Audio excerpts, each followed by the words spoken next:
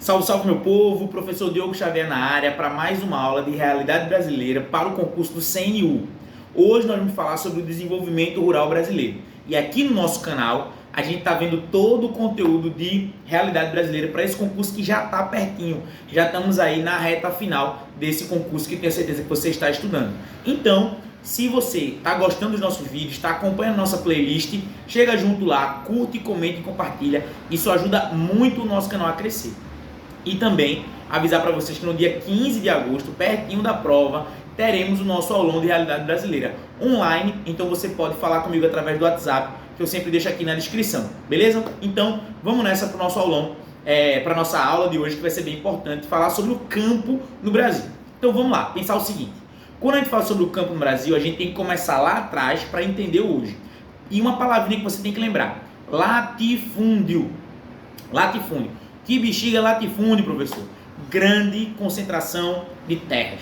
Então, se tem uma marca do Brasil, da colônia até hoje, é a grande quantidade de latifúndio. São a grande posse de terra. Pouca gente com muita terra, como era lá atrás. A gente pode começar lá atrás falando sobre as capitanias hereditárias, que eram o quê? Os capitães hereditários possuíam territórios imensos, onde eles eram proprietários. Então, a gente começa nesse momento do Brasil.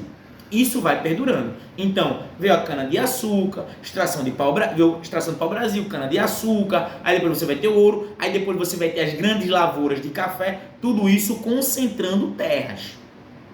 E o Brasil tem um marco muito importante que eu quero que você também se ligue nisso, que é a Lei de Terras de 1850. Caneta e papel na mão, você está anotando com certeza, caneta e papel na mão, no ano de 1850 o Brasil faz a sua lei de terras. Por que isso é importante? No mundo todo, o século XIX é um período onde estão acontecendo a chamada reforma agrária. Você vai dizer, professor, peraí, reforma agrária é um negócio de comunista, distribuição de terra? Não, a reforma agrária é uma divisão liberal.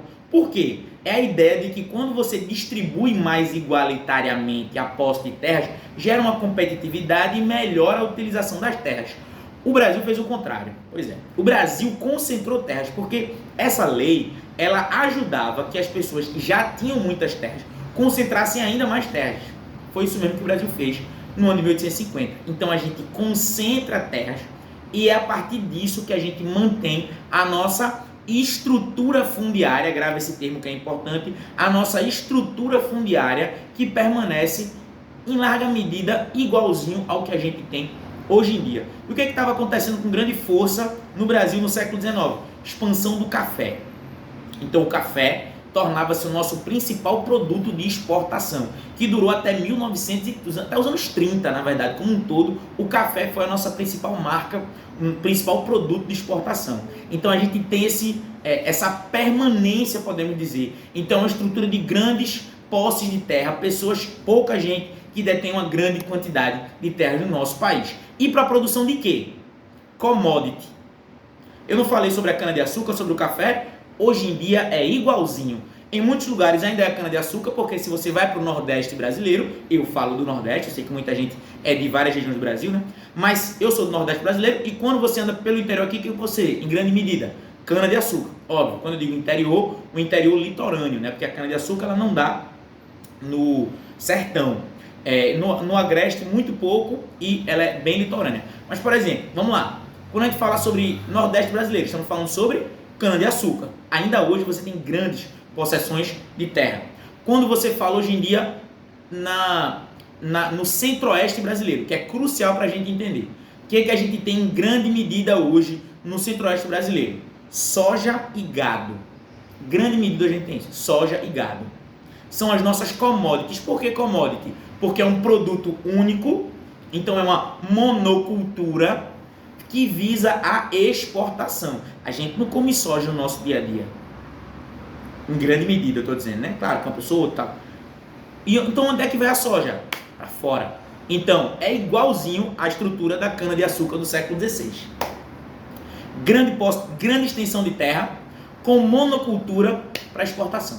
Isso permanece no Brasil ainda hoje. E esse modelo de agroexportação faz com que o Brasil ele não desenvolva as potencialidades do campo. Isso é uma coisa muito importante para a gente pensar também. E aí vem mais uma coisa para a gente entender. Isso tem alguma coisa a ver com a destruição da Amazônia, professor? Tem tudo a ver. É o que a gente chama da expansão da fronteira do agro. Grava isso também. Caneta e papel na mão. Expansão da fronteira do agro. Por quê? Destrói a Amazônia. Pega fogo a Amazônia. O que vem logo depois que a Amazônia pega fogo? Boi e soja. Então hoje, boa parte da destruição da Amazônia tem um objetivo central. É o agronegócio querendo mais terra para produzir. Gravou isso? Então entenda que é dessa maneira que a gente tem uma estrutura do modelo do Brasil ainda hoje. E eu estou fazendo esse paralelo para você conseguir compreender como é que as coisas se estruturam no nosso país ainda hoje. Beleza? Firmeza? Então isso é para você compreender. E aí, se a gente for entender também, o Brasil vive muito fortemente nos anos 50 e 60 o chamado êxodo rural. Antes do êxodo rural, a pausa para a água. E para dizer que você pode ajudar o nosso canal a crescer de duas maneiras. A primeira, curta, comente e compartilhe. Não passe por esse vídeo sem deixar aquele like e espalhe o boato. Isso ajuda muito o canal a crescer. A segunda, você pode adquirir o nosso aulão ou contribuir através do Pix que fica na descrição aqui do nosso vídeo. Beleza? Vamos embora. O que foi o êxodo rural? Grande quantidade de pessoas saindo do campo para a cidade.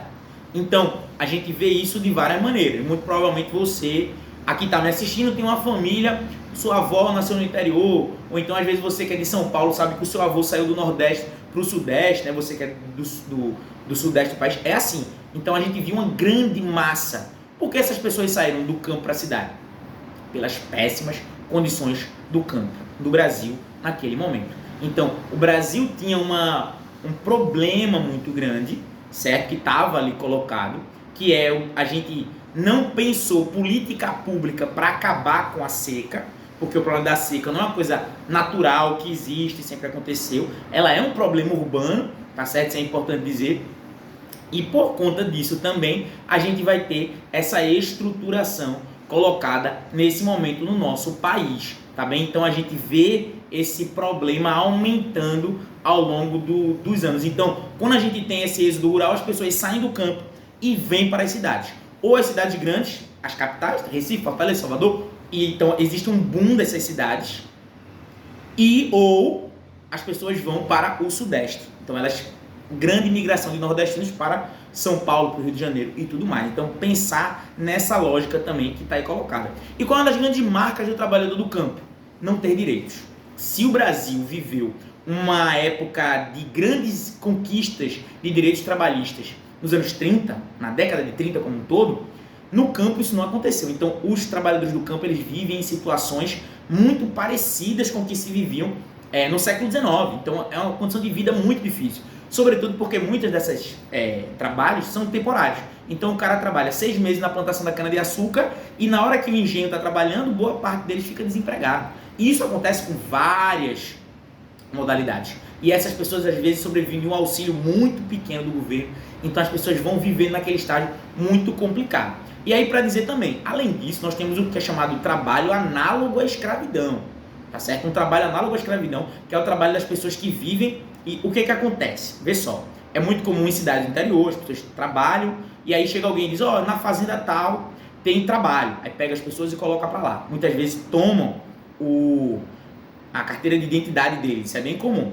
Aí o que vai acontecer com eles? E aí eles começam a trabalhar. Aí o cara cobra a dormida, o cara cobra a ferramenta que eles utilizam, cobra a comida. No final do mês, quando o cara vai receber o salário, ele está devendo. Isso é um trabalho análogo à escravidão. Por quê? Porque o cara não tem um documento, ele não pode sair e ele fica naquela condição escravo muitas vezes. Isso acontece em todo o país. Acontece nas capitais também. Até eu indico um filme, Sete Prisioneiros. Se quem quiser assistir, é um filme muito bom que trata sobre isso no nosso país, nas cidades grandes. Mas também existe em vários lugares do Brasil, como no norte do Brasil também tem um filme muito bom com a Dira Paz, que fala justamente sobre essa lógica do trabalho no campo, de como esses trabalhadores acabam sendo escravizados. Essa é a verdade. Tá certo? Eles acabam sendo escravizados. Então isso é importante para a gente conseguir pensar essa dinâmica que está aí colocada. E outro filme também muito interessante é O Deus, o Diabo na Terra do Sol, que vai falar sobre as condições do campo lá nos anos 50, 60. Ok? Mas, em contradição a isso, o Brasil tem pequenos agricultores. E a maioria das coisas que a gente come vem dos pequenos agricultores. Por quê? Porque enquanto o grande produtor está pensando na soja, no gado, o pequeno agricultor ele produz o quê?